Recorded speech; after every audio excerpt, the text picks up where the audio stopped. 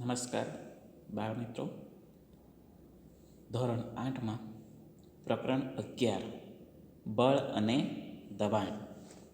આપણે અગાઉ ધોરણ 7માં શીખીને આવ્યા છીએ કે પદાર્થ બીજા પદાર્થ કરતાં કેટલી વધારે ઝડપ ગતિ કરે છે, કેવી રીતે નક્કી કરી શકાય તેના વિશે આપણે શીખીને આવ્યા છે. એ વસ્તુ તમને યાદ હશે. તો બાળકો, એકમ સમયમાં પદાર્થે કાપેલું અંતર શું દર્શાવે છે તે પણ આપણે શીખીને આવ્યા છીએ કે એકમ સમયમાં પદાર્થે કાપેલા અંતરને શું કહેવાય છે, તેની ઝડપ કહેવાય છે. તમે જાણો છો કે જમીન પર ગબડતો દડો ધીમો પડી જાય છે.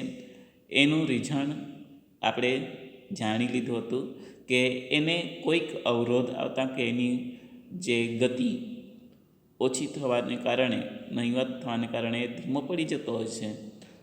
તમે જાણો છો કે જમીન પર ગબડતો દડો ધીમો પડી જાય છે, ક્યારેક તેની ગતિની દિશા પણ બદલાઈ જાય છે. તમને પહેલાં જ બાળકો કીધું કે કોઈક પદાર્થને અવરોધ આવતા એ પદાર્થની ગતિ કે દિશા બદલી કાઢતું હોય છે.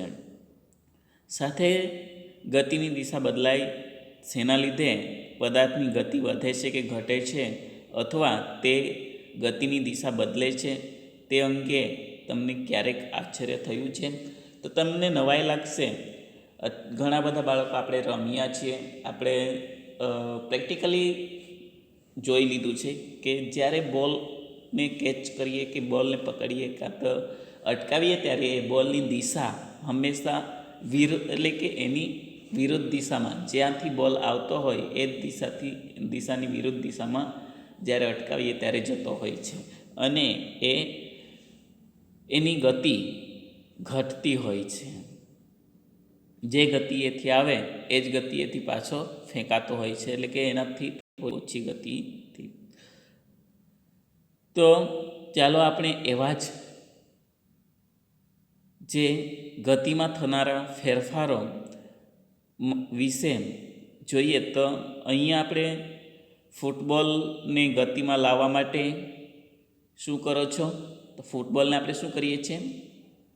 તો મારીએ છીએ, બરાબર ને? એને બહારથી ગતિમાં લાવવા માટે શું કરીએ છીએ? દબાણ કરીએ છીએ, મારીએ છીએ. ગતિમાન દડાને વધારે ઝડપથી ગતિ કરવા માટે શું કરો છો? જ્યારે ફૂટબોલ આવે છે એ ગતિમાં જ હોય છે, અને ગતિમાં આવતા જે ફૂટબોલને આપણે જ્યારે મારીએ ત્યારે એ ગતિ કરતાં વધારે ગતિમાં, એટલે કે વધારે બળથી મારવું પડે છે. જ્યારે પણ હોકીની ગોલકીપર દડાને કઈ રીતે અટકાવે છે? હોકીને ખેલાડી હોકી વડે ગતિ કરતા દંડાને હળવા ફટકાથી ગતિની દિશા બદલે છે, અને બેટ્સમેન દ્વારા ફટકારેલા આ જે દડાને ફિલ્ટર કરે છે, એટલે કે રોકે છે. જે પણ હોકીનો દડો આવે જ્યારે એટલે કે ગતિમાં હોય છે, અને ગતિમાં જ્યારે હોય ત્યારે એ દડાને અટકાવવા માટે ગોલકીપર એ દંડાથી એને રોકે છે. આ બધી જ પરિસ્થિતિમાં દડાની ગતિ વધે છે કે ઘટે છે? તેની ગતિની દિશા બદલાય છે કે દડો સ્થિર થાય છે? તો ગતિની દિશા હંમેશા તેના કરતાં ઘટે છે. જે ગતિ હોય છે એના કરતાં થોડી ઘટે છે, અને દિશા બદલાઈ જતી હોય છે. જ્યારે દડાને લાત મારીએ કે ધક્કો મારીએ ત્યારે, કે ફેંકીએ કે હળવો ફટકો મારીએ ત્યારે આપણે તેના પર બળ લગાડ્યું છે તેમ કહીએ છીએ. પણ બળ શું છે? જ્યારે તે વસ્તુ પર લાગે છે ત્યારે શું કરી શકે છે? તે આજે આપણે આ પ્રકરણમાં બળ વિશે શીખવાના છે. તો બાળકો, આજે આપણે બળ વિશે જોઈએ. બળ એ ધક્કો કે ખેંચાણ. આપણે જ્યારે ધક્કો મારીએ ત્યારે પણ એ બળ છે, કે ખેંચીએ એ પણ બળ છે. જ્યારે આપણે ટેબલને એક જગ્યાએથી બીજી જગ્યાએ લઈ જવું હોય તો આપણે શું કરીએ છીએ? ધક્કો મારીએ છીએ, કાં તો ઉચકીને લઈ જઈએ છીએ, કાં તો ખેંચીએ છીએ. તો આવા અમુક કાર્ય કરવા માટે આપણે ચૂંટવું, ખોલવું, બંધ કરવું, લાત મારવી, ફટકારવું, ઉચકવું, હળવો ફટકો મારવો, ધક્કો મારવો, ખેંચવું જેવી ક્રિયાઓનો ઉપયોગ કરીએ છીએ. તો આ ક્રિયાઓની દરેક ક્રિયાઓમાં સામાન્ય રીતે પદાર્થ ગતિમાં ફેરફાર કરે છે, એટલે કે ગતિમાં રૂપાંતરિત થાય છે. તો આ બધા જ શબ્દો માટે એક શબ્દ વાપરી શકાય કે ચાલો આપણે જોઈએ કયો શબ્દ. તો એના વિશે આપણે જોઈએ તો તમે નોંધ્યું હશે કે દરેક ક્રિયાને ધક્કો મારવો કે ખેંચવું બંનેમાં વહેંચી શકાય છે. આપણે અનુમાન લગાવીએ કે વસ્તુને ગતિમાં લાવવા માટે ધક્કો મારવો પડે છે કાં તો ખેંચવું પડે છે. એટલે જ્યારે સ્થિર પદાર્થ હોય એને એક જગ્યાએથી બીજી જગ્યાએ લઈ જવું હોય કાં તો મોકલાવવું હોય તેને ધક્કો મારવો પડે છે કાં તો ખેંચવું પડે છે. તો વિજ્ઞાનમાં પદાર્થને ધક્કો મારવો કે ખેંચવો તેને બળ કહેવામાં આવે છે. શું કહેવામાં આવે છે? બળ. તો પદાર્થને ધક્કો મારવો કે ખેંચવો તેને બળ કહેવાય છે. આ પરથી કહી શકાય કે બળ એ લગાડવાથી વસ્તુઓ ગતિમાં આવે છે. બળ ક્યારેય અસ્તિત્વમાં આવે છે. તો બળ જ્યારે એને ધક્કો મારવામાં આવે ત્યારે એ બળ ગતિમાં આવતું હોય, એટલે કે વસ્તુ ગતિમાં આવતી હોય છે. તો ચાલો આપણે અહીંયા જોઈએ તો કે બળ એ આંતરક્રિયાને કારણે ઉદ્ભવે છે.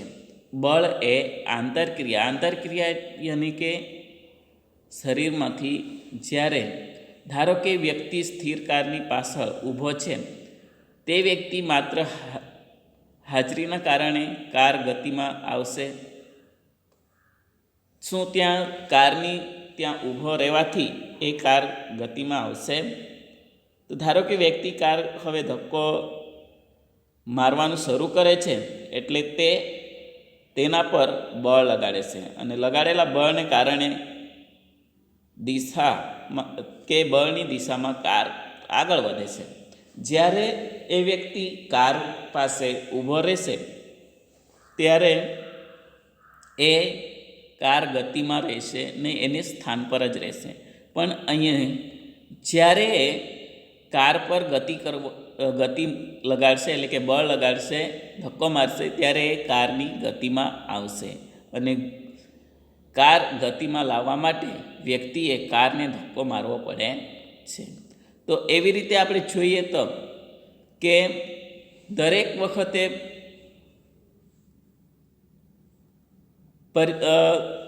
પરિસ્થિતિઓમાં જે આ કિસ્સાઓમાં કોણ ધક્કો મારે છે અને કોણ ખેંચે છે તે તમે નક્કી કરી શકશો. તો અહીંયા આપણે જોઈએ તો બંને છોકરીઓ એકબીજાને ધક્કો મારતી દેખાય છે, જ્યારે એકબીજાને ખેંચતી દેખાય છે. તો આ વ્યક્તિઓ બંને એકબીજા સાથે કેવી રીતે ગતિમાં છે? તો જોઈએ તો એકબીજા સાથે ખેંચાઈને એ બંને ગતિ કરતા હોય છે. ગાય એકબીજાને ખેંચતા દેખાય છે. અહીંયા જો છો બાળકો કે ગાયને ખેંચતો માણસ દેખાય છે, તે જ્યારે ગાયને ખેંચતું દેખાશે ત્યારે ગાય એના પાસે આવશે. આ પરિસ્થિતિમાં છોકરો એકબીજા પર બળ લગાડે છે. શું વ્યક્તિ અને ગાય વચ્ચે શક્ય છે કે શું આ સત્ય છે? તો આપણે આના પરથી કહી શકીએ કે જ્યારે બળ લગાડવામાં આવશે ત્યારે ગાયની દિશા અલગ છે અને ગાયના બળની દિશા અલગ છે અને છોકરાની દિશા અલગ છે, પરંતુ જે બળ વધારે હશે એની દિશા તરફ એ જતું રહેશે. એટલે કે આ ઉદાહરણ પરથી અનુમાન લગાવી શકીએ છીએ કે બળ લગાડવા માટે ઓછામાં ઓછા બે પદાર્થો વચ્ચે આંતરક્રિયા થવી જોઈએ.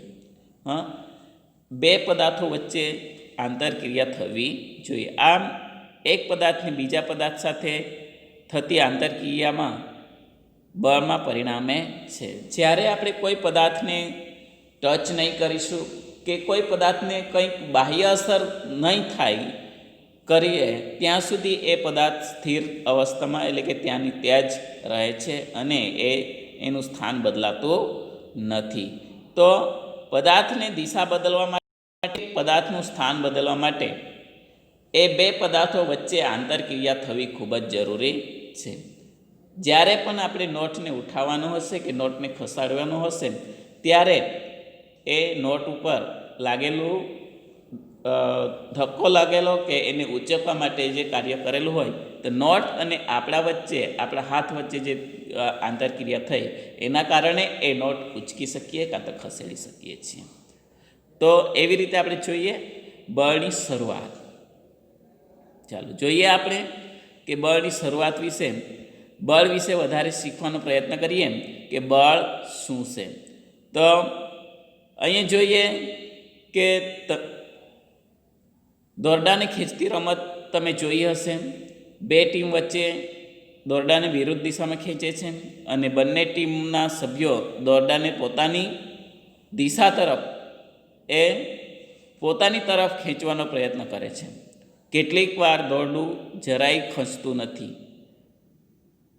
તમને આકૃતિમાં દર્શાવ્યું છે એના મુજબ પરિસ્થિતિ પરથી આપણને ખ્યાલ આવે છે કે જે ટીમ વધારે જોરથી ખેંચે છે એટલે કે વધારે બળ લગાડે છે અંતે તે જીતી જાય છે, એ રમતમાં જીતી જતા હોય છે. તો એના પરથી આપણે કહી શકીએ કે બળના પ્રકાર વિશે શું આપણે જણાવી શકીએ. તો પદાર્થ પર એક જ દિશામાં લગાડેલા એકબીજા ઉમેરાયેલા એક જ દિશામાં લગાડેલો બળો જે એકબીજા એટલે કે વધારે જણા અહીંયા એક સાથે લગાડે છે અને એકબીજામાં ઉમેરાય છે અને એના કારણે એ બળ વધારે શક્તિશાળી. અહીંયા આપણે પ્રવૃત્તિમાં જોયું કે ભારે બોક્સને એક જ દિશામાં ધક્કો મારો જ છો ત્યારે શું થાય છે, તમે બંને બોળો પદાર્થ પર વિરુદ્ધ દિશામાં લગાડતા હોય તો લાગતું પરિણામી બળ બંને બોળોમાં તફાવત જેટલું હોય છે. એટલે કે જે બળને એની વિરુદ્ધ દિશામાં બળ લગાડવામાં આવે ત્યારે એ બળનો બંને બળના તફાવત એટલે કે એના તફાવત જેટલો હોય છે. જ્યારે તમે તમારા મિત્ર ભારે બોક્સને એકબીજાની વિરુદ્ધ દિશામાં ધક્કો મારતા હતા ત્યારે તે પ્રવૃત્તિ તેનાથી આપણને એ બળ જ્યારે આપણે લગાડીએ ત્યારે જગ્યા પર જ બોક્સ રહેશે. આમ શીખ્યા કે બળ બીજા કરતાં વધારે કે ઓછું અથવા એકબીજાને સમાન પણ હોઈ શકે છે. અહીં આપણે જ્યારે આ બંનેમાંથી કોઈકનું બળ એક કરતાં વધારે હશે તો બોક્સ કોના તરફ આવશે, જે ઓછું બળ ધરાવતા હોય એમના તરફ આવશે. જ્યારે બંને સરખા રહેશે, બંનેનું બળ સરખું રહેશે ત્યારે એ બળ કે બોક્સ જગ્યા પર જ રહેશે. આમ આપણે જાણી શકીએ કે બળ બીજા કરતાં વધારે કે ઓછું હોઈ શકે છે, સમાન હોઈ શકે છે. સામાન્ય રીતે બળની માત્રા એ મૂલ્ય વડે દર્શાવવામાં આવીએ છે. બળ કઈ દિશામાં લાગે છે તેનો પણ આપણે ઉલ્લેખ કરવો પડે છે. જો બળનું મૂલ્ય કે દિશા બદલાય તો તેની અસર પણ બદલાય છે. જ્યારે એની મૂલ્ય એટલે કે એની દિશા બદલાશે ત્યારે એની અસર પણ બદલાતી હોય છે. અહીંયા આપણે જોઈએ બળ પદાર્થની ગતિની અવસ્થા બદલી શકે છે. બળ પોતાની ગતિની અવસ્થા એટલે તમને મેં પહેલાં જ ઉદાહરણ આપ્યું કે ગબડતો દડો કે જે રમતી વખતે ફટકારેલો દડોની દિશા કેમ બદલાય છે. ક્યાં તો ફૂટબોલની દિશાને આપણે જ્યારે અટકાવીએ ત્યારે એની દિશા બદલાઈ જતી હોય છે. તો બળ પદાર્થની ગતિની અવસ્થા બદલી શકે છે. તો ક્યારે બદલી શકે છે? જ્યારે પદાર્થ પર બળ લાગે છે ત્યારે શું થાય છે? તો પદાર્થ એક જગ્યાએથી બીજી જગ્યાએ જતો હોય છે. તમે રબરનો કે ટેનિસ બોલ ક્રિકેટ રમતી વખતે જોયો છે કે ભોંય તળિયે જેવી સમતલ સપાટી પરથી મુક્ત કરો તો દડો સમતલ સપાટી પર ધીમે ધીમે ખસતો જાય છે અને એને અટકાવો ત્યારે વિરુદ્ધ દિશામાં. તો એવી રીતે આપણે જોઈએ તો વિરુદ્ધ દિશામાં જતો હોય છે. તમે કદાચ સામાન્ય પરિસ્થિતિમાં યાદ હશે કે ઉદાહરણ તરીકે ફૂટબોલની રમતમાં જ્યારે પેનલ્ટી કિક લેવામાં આવે છે ત્યારે ખેલાડી બોલ પર બળ લગાડે છે અને બોલને ફટકારતા પહેલાં બોલ સ્થિર હતો, તેથી તેની ઝડપ શૂન્ય હતી. લગાડેલા બળને કારણે બોલ લક્ષ્ય તરફ, એટલે કે જે તરફ આપણે ધક્કો મારીએ છીએ, જે તરફ આપણે બળ લગાડીએ છીએ એ તરફ કરે છે. ધારો કે ગોલકીપર ગોલ બચાવવા માટે કૂદકો મારે છે અને આ રીતે ગોલકીપર ગતિમાન બોલ પર બળ લગાડવાનો પ્રયત્ન કરે છે. લાગુ પડેલા બળ વડે તે બોલને રોકી શકે છે અને ગતિની દિશા બદલી શકે છે. જો ગોલકીપર બોલને રોકવામાં સફળ થાય તો તેની ઝડપ ઘટીને શૂન્ય થઈ શકે છે. એટલે કે જ્યારે એ પૂરેપૂરો ત્યાં રોકાઈ જાય, જ્યારે બોલ ગતિમાં હોય અને એ રોકીએ અને એની જગ્યા પર જ રહી જાય ત્યારે એની ઝડપ શૂન્ય થઈ જાય છે.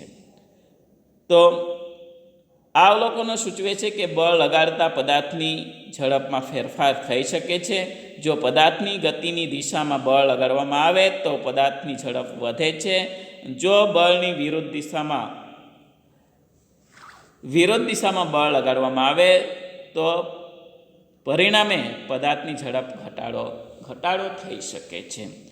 એટલે કે બળની ખાસ અહીંયા ધ્યાન આપજો કે બળ લગાડતા પદાર્થમાં ઝડપમાં ફેરફાર થઈ શકે છે. એટલે કે જે ઝડપ હતી સ્થિર અવસ્થામાંથી ગતિમાં લઈ શકાય છે અને ગતિમાન અવસ્થામાં સ્થિર પણ કરી શકાય છે, એની દિશા પણ બદલી શકાય છે. તો એ ગતિના ને આપણે જ્યારે બળ લગાડીએ ત્યારે એ ફેરફારો થઈ શકે છે. અહીંયા તમે જોયો છે કે પહેલી એ જાણ્યું આતુર છે કે પદાર્થ પર લાગુ પડેલું બળ માત્ર પદાર્થની ઝડપમાં ફેરફાર કરે છે. ચાલો આપણે જોઈએ કે પદાર્થના ઝડપમાં જ ફેરફાર કરે છે. તો થોડાક ઉદાહરણો જોઈએ તો વોલીબોલની રમતમાં ખેલાડીઓ આવનાર ગતિમાન દડાને તેમના હાથથી, એટલે કે સાથી ખેલાડીઓ તરફ ધક્કો મારીને મોકલાવતા હોય છે. ક્યારેક દડો ધક્કો મારીને ફટકો સ્મેશ મારીને કોર્ટની બીજી તરફ, એટલે કે બીજી બાજુ મોકલાવવામાં આવે છે. અને ક્રિકેટના બેટ્સમેન બેટ વડે ફટકારીને દડા ઉપર બળ લગાડે છે. તો આ કિસ્સાઓ દડાની ગતિની દિશા કોઈ ફેરફાર થાય છે. તમે અનુભવ્યું હશે કે જ્યારે બેટ્સમેન દડાને એના સામેથી આવતો બોલ એ ગતિમાં હોય છે અને એની વિરોધ દિશામાં કરતા એની અલગ દિશામાં જ્યારે ફટકારે છે ત્યારે એ ગતિ બદલાઈને અલગ દિશામાં જતો હોય છે. તો આ ઉદાહરણોમાં ગતિમાન દડા ઉપર બળ લગાડવાથી ઝડપ અને ગતિની દિશા બદલાય છે. યાદ રાખજો અહીંયા કે જ્યારે સામેથી ગતિમાન વસ્તુને જ્યારે સામેથી બળ લગાડવામાં આવે ત્યારે એની ઝડપ અને ગતિની દિશા બદલાય છે. આ પ્રકારના બીજા ઉદાહરણો તમે આપી શકશો. તમે ઘણી બધી રમતો, ગિલ્લી દંડા, બોલ, ફૂટબોલ, વોલીબોલ રમો છો, તેમાં ઘણા બધા આ જ રીતે એમ બોલની દિશા બદલાતી હોય છે. તો પદાર્થની ઝડપ કે દિશા બંને બદલાય ત્યારે પદાર્થની ગતિની અવસ્થા બદલાય છે તેમ કહેવાય. આમ પદાર્થ પર લાગતું બળ પદાર્થની ગતિની અવસ્થામાં ફેરફાર થાય છે. પદાર્થની ઝડપ અને દિશા જ્યારે બદલાય ત્યારે પદાર્થની ગતિની અવસ્થા બદલાય છે. શું કે જે પદાર્થ વધારે ગતિમાં હોય તે ઓછી ગતિમાં પણ થઈ શકે છે અને વધારે ગતિમાં પણ થઈ શકે છે. એટલે કે પદાર્થની ગતિની અવસ્થામાં ફેરફાર થયેલો જણાય છે. જ્યારે બેટ્સમેન દડાને ફટકારે છે ત્યારે એની ગતિ વધારે હોય છે અને જ્યારે ફેંકે છે ત્યારે એની ગતિ કદાચ ઓછી પણ હોઈ શકે છે. વોલીબોલની કિંક મારવામાં આવે ત્યારે એની ગતિ વધારે હોય છે, પરંતુ જ્યારે સ્મેશ મારવામાં આવે ત્યારે થોડી ગતિ ઓછી પણ હોઈ શકે છે.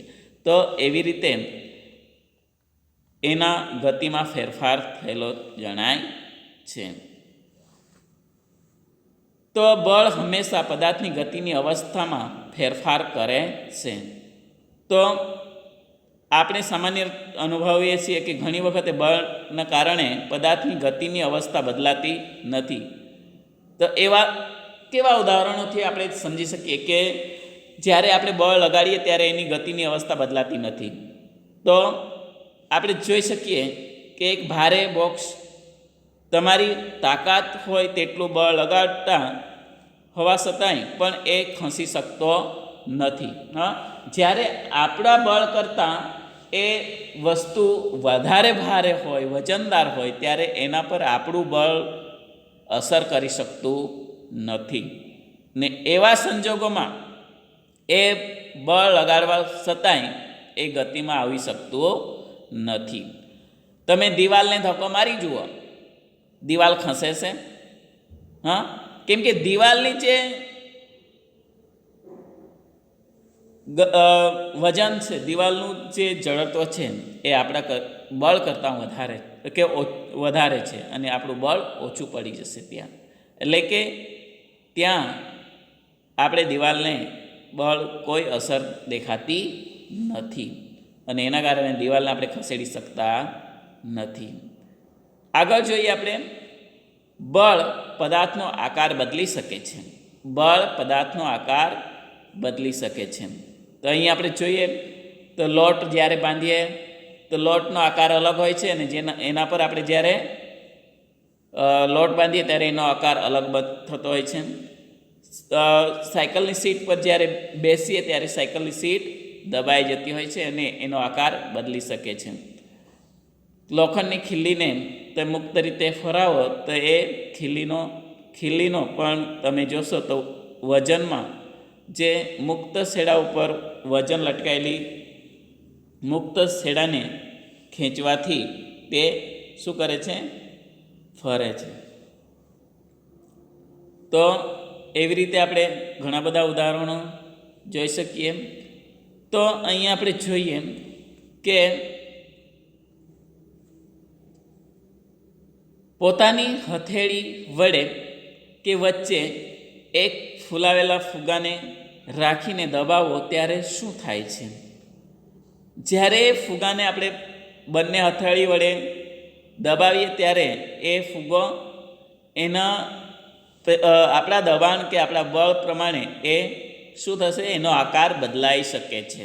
એનો આકાર બદલાતો હોય છે. જ્યારે બાંધેલા એટલે કે ગૂંદેલા લોટની પિંડને વણીને રોટલી બનાવો છો ત્યારે પણ એનો આકાર બદલાય છે. શું ફેરફાર થાય છે? જ્યારે ટેબલ પર રાખેલા રબરના દડાને દબાવો છો ત્યારે પણ એનો આકાર બદલાય છે. તો આ બધા જ ઉદાહરણો તમે જોયું હશે કે કોઈ પદાર્થ પર બળ લગાડવાથી તેના આકારમાં ફેરફાર થાય છે. કોઈ પદાર્થ પર બાહ્ય બળ લગાડવાથી એટલે કે કોઈક બળ લગાડવાથી એના આકારમાં ફેરફાર થાય છે. એક બળની પદાર્થ પર અસર છે. તો આના પરથી આપણે કહી શકીએ કે કોઈ પણ પદાર્થને સ્થિર સ્થિતિમાંથી ગતિમાં લાવી શકે છે. આ બળના અસરો આપણે જોઈએ તો સમજવા માટે કોશિશ કરીએ કે કોઈ પદાર્થની સ્થિર સ્થિતિમાંથી ગતિમાં લાવી શકીએ છીએ. જો પદાર્થ ગતિમાં હોય તો તેની ઝડપમાં ફેરફાર કરી શકીએ છીએ. ગતિમાન પદાર્થની દિશામાં ફેરફાર કરી શકીએ છીએ. પદાર્થના આકારમાં ફેરફાર કરી શકીએ છીએ. આ બધામાંથી થોડી અથવા બધી જ અસરો ઉત્પન્ન કરી શકાય છે. તો એ યાદ રાખવું આવશ્યક છે કે બળ બધામાંથી એક અથવા વધારે અસર ઉત્પન્ન કરી શકે છે તથા આ બધામાંથી કોઈ પણ અસર બળ વગર ઉત્પન્ન થઈ શકતી નથી. એટલે કે આ અસરો ઉત્પન્ન કરવા માટે બળ ખૂબ જ આવશ્યક છે અને આપમેળે આ ક્યારેય થઈ શકતું નથી. તમે તમારી પુસ્તક જગ્યા પર મૂકો અને એને કશું જ ન કરો તો એ તમારા સાથે પુસ્તક આવી શકશે નહીં. તો કોઈ પણ પદાર્થને બળ લગાડવામાંથી જ એ ગતિમાં આવી શકતી હોય છે અને એ આપમેળે ગતિ બદલી શકાતી પણ નથી. ક્યારેય ગતિમાન પદાર્થ હોય તો એ ગતિમાન પદાર્થ ગતિમાં રહે છે અને સ્થિર પદાર્થ સ્થિર રહે છે. એવી રીતે આપણે જોઈએ તો બળની અસર ખૂબ જ સારી રીતે આપણે જોઈ ગયા તે કે ગતિમાન પદાર્થ ગતિમાં રહે છે અને સ્થિર પદાર્થ સ્થિર રહે છે.